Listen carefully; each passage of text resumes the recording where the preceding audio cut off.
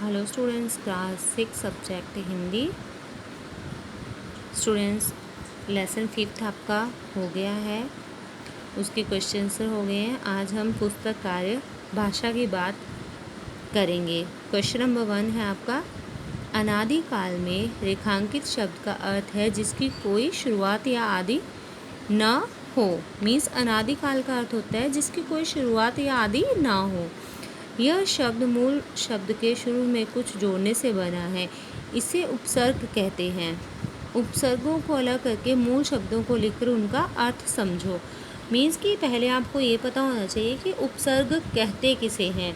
जो शब्दांश किसी शब्द से पहले जुड़कर उसका अर्थ बदल देते हैं उन्हें उपसर्ग कहते हैं।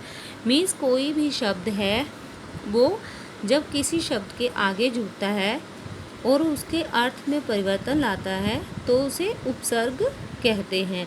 जैसे मान लो फॉर एग्जाम्पल अ प्लस सत्य, असत्य। जैसे यहाँ पे आपको एग्जाम्पल दिए असफल, अ प्लस सफल, असफल। आपने इसे कैसे अंडरस्टैंड करना है? आपने फर्स्ट ऑफ ऑल यहाँ पे देखना है कि शब्द, उपसर्ग, मूल शब्द का अर्थ। आपके पास शब्द क्या है? असफल। इसमें असफल में उपसर्ग क्या है? अ, और मूल शब्द क्या है? सफल। और मूल शब्द का जो अर्थ है वो आपने यहाँ पे बताना है कि सफल किसे कहते हैं? जिसने सफलता प्राप्त की हो या सफलता प्राप्त करने वाला। सेकंड वन, अनुचित। अनुचित में कौन सा उपसर्ग है? अन। और इसमें मूल शब्द क्या है? उचित। उचित का जो अर्थ है वो क्या होता है? सही। देन नेक्स्ट, अपरिचित। अपरिचित में उपसर्ग क्या है? अ, और इसमें मूल शब्द क्या है? परिचित। और मूल शब्द का अर्थ क्या है? परिचित का अर्थ क्या है? जाना, पहचाना। देन नेक्स्ट, अदृश्य। अदृश्य में जो उपसर्ग है वो क्या है? अ, और मूल शब्द क्या है यहाँ पे? दृश्य। और दृश्य का जो अर्थ है वो क्या है? नज़ारा। अनावश्यक। अनावश्यक में उपसर्ग क्या है? अन। और मूल शब्द क्या है इसमें? आवश्यक। और मूल शब्द का अर्थ क्या है? ज़रूरी। अनिच्छा। अनिच्छा में उपसर्ग क्या है? अन। और मूल शब्द क्या है? इच्छा। और मूल शब्द का अर्थ क्या है? इच्छा का अर्थ चाह। मीन्स कि जब आप किसी शब्द को लिखोगे तो आपको फर्स्ट ऑफ ऑल ये पता होना चाहिए कि उसके आगे कौन सा उपसर्ग लगा है और जो उसका मूल शब्द है उस मूल शब्द का अर्थ क्या है। तो ये आपको अंडरस्टैंड हो गया सारा। देन आपने ये बुक पे स्वयं करना है। देन क्वेश्चन नंबर 2, वैसे तो संख्याएं संज्ञा होती हैं पर कभी कभी ये विशेषण का काम भी करती हैं।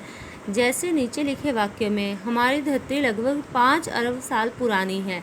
मीन्स यहाँ पे 5 क्या है? संख्यावाचक विशेषण। विशेषण आपको मैंने पहले भी अंडरस्टैंड करवाया है। कोई 10,000 साल पहले आदमी ने गांवों को बसाना शुरू किया, तो यहाँ पे जो 10,000 है वो क्या है? संख्यावाचक विशेषण। इन वाक्यों में रेखांकित अंश साल संज्ञा के बारे में विशेष जानकारी दे रहे हैं, इसलिए संख्यावाचक विशेषण है। संख्यावाचक विशेषण का इस्तेमाल उन्हीं चीज़ों के लिए होता है जिन्हें गिना जा सके, जैसे 4 संतरे, 5 बच्चे, 3 शहर आदि। पर यदि किसी चीज़ को गिना नहीं जा सकता तो उसके साथ संख्या वाले शब्दों के अलावा मापतोल आदि शब्दों का इस्तेमाल भी किया जाता है, जैसे 3 जग पानी, 1 किलो चीनी।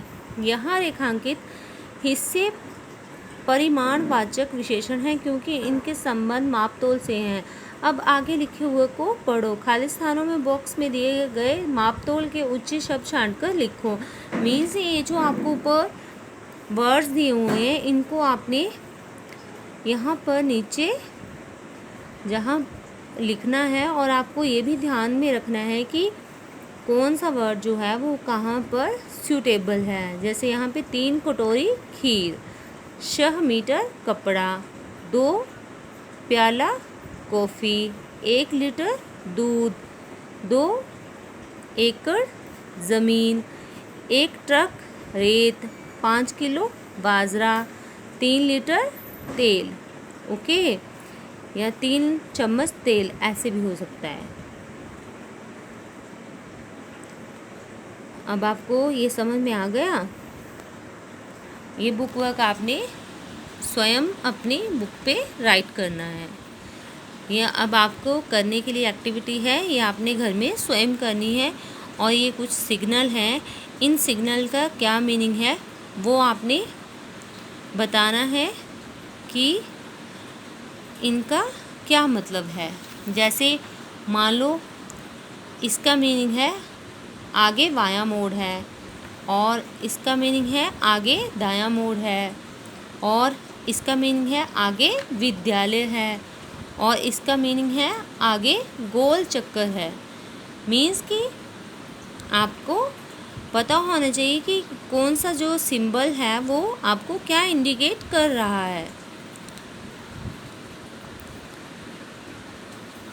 Thank you.